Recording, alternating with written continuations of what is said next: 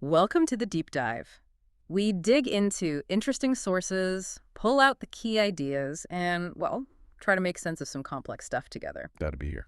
So today, we're starting with a thought from Brad Pitt. He was looking back at his career, 30 years, and said, some projects work and some don't. There's no reason to belabor either one. Just get on to the next. That's a really interesting take, especially from someone at that level. Hits and misses. Exactly. And it makes you wonder, right?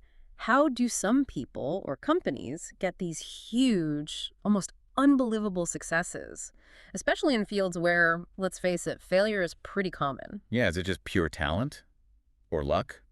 Or maybe something else entirely? That's what we're diving into today, this idea of tail events. It's a bit counterintuitive, but Yeah. it's the concept that just a very small number of things, events, efforts, whatever, can actually be responsible for the vast majority of the results. Like, think of a curve where most stuff is average, in the middle. The tails are way out on the ends, the really rare but really high-impact stuff. And that's our mission for this deep dive, to explore that hidden reality, especially in areas like art, movies, and definitely finance. It really does challenge how we normally think. We tend to focus on consistency, maybe getting things right most of the time. But the data, well, it often points to the sheer size of a few wins being way more important than avoiding lots of small losses or just average outcomes. It's less bell curve, more power law, where the extremes matter a lot. Okay, power law. So extremes driving the results. Let's make this concrete.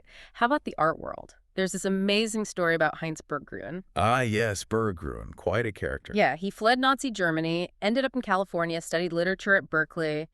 Didn't seem like he was destined for, mega success early on. Not particularly, no. But fast forward to the 1990s, and suddenly he's known as one of the most successful art dealers of all time. Quite the transformation. And the scale is just mind-blowing. In 2000, he sold part of his collection, Picasso's, Klee's, Matisse's, the big names, to the German government. For over 100 million euros, right? Yeah, which sounds huge, but apparently the real market value is maybe over $1 billion.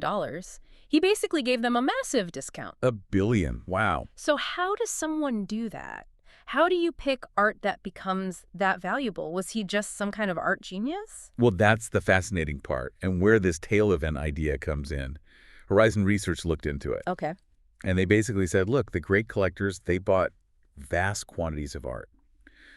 Berggruen wasn't necessarily picking individual winners he knew would explode. So what was he doing? He acted more like an index fund. He bought portfolios, lots and lots of art, maybe, 99% of it turned out to be okay or even worthless. Right. But that tiny 1%, the Picassos, the really big hits, that was enough. It let him be wrong most of the time, but still end up stupendously right, as the research put it. Stupendously right. I like that. So the takeaway isn't about having perfect foresight. Not at all. It's about having a process that allows for failure, lots of it potentially, because you're set up to capture those massive outlier wins when they happen. Yeah. We really underestimate how normal failure is in these kinds of fields. Okay, that makes sense. And you see this pattern elsewhere too, right? Like Disney. Oh, absolutely. Walt Disney's story is another perfect example. His start was rough, really rough. First studio went bankrupt. Yep. And even later, by the mid-30s, he'd made, over 400 cartoons? Mostly shorts. People loved them, though. They did. Critically acclaimed, popular, but financially, most of them lost money. They were expensive to make. Until Snow White and the Seven Dwarfs, 1937.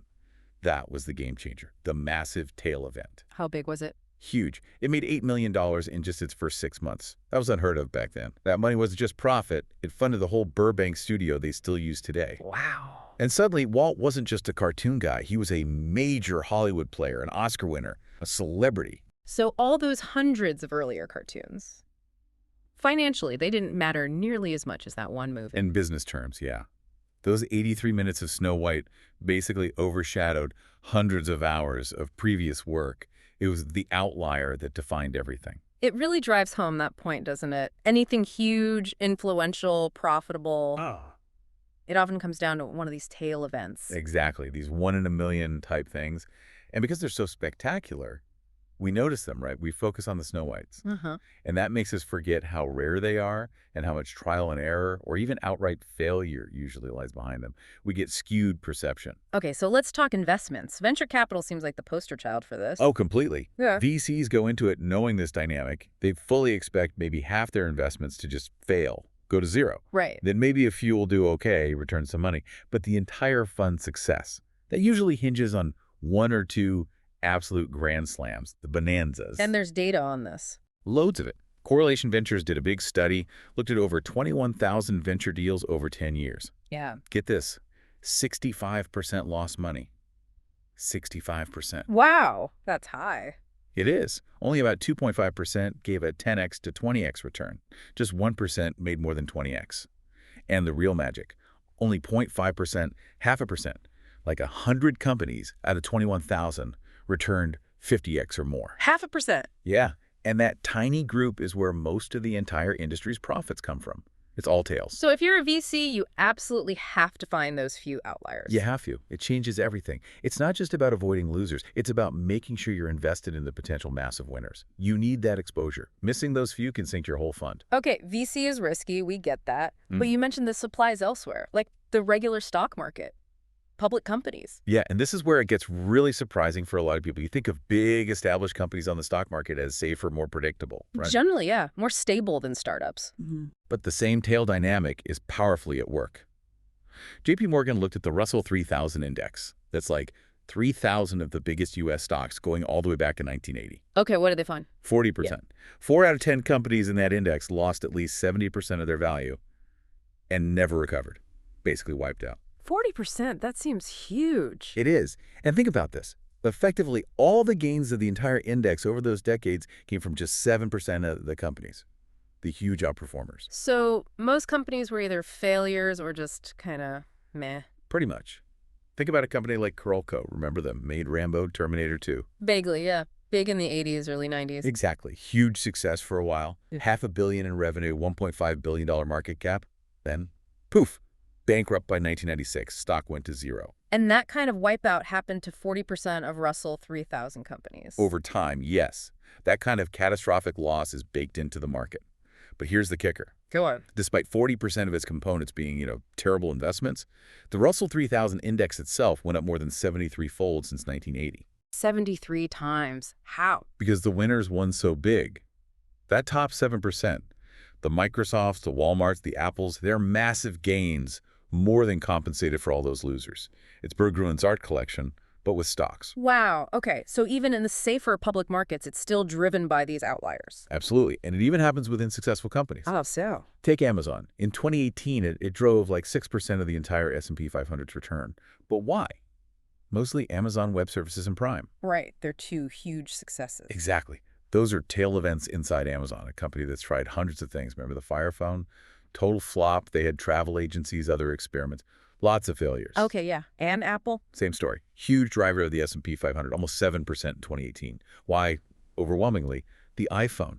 That's the tail wagging the entire Apple dog, which wags a big part of the market dog. Its tail's all the way down. Pretty much. Yeah. It even applies to people, to talent. Think about hiring rates at top companies. Google takes like 0.2% of applicants. Facebook, 0.1%. Apple, maybe 2%. So getting hired there is like a tail event itself. In a way, yeah.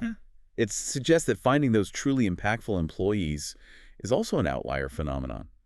It's not just about individual brilliance, maybe, but finding the right person in the right system at the right time to have that disproportionate impact. Okay, this is fascinating. So bringing it back to the listener, what does this mean for you? For how you should behave, say, as an investor?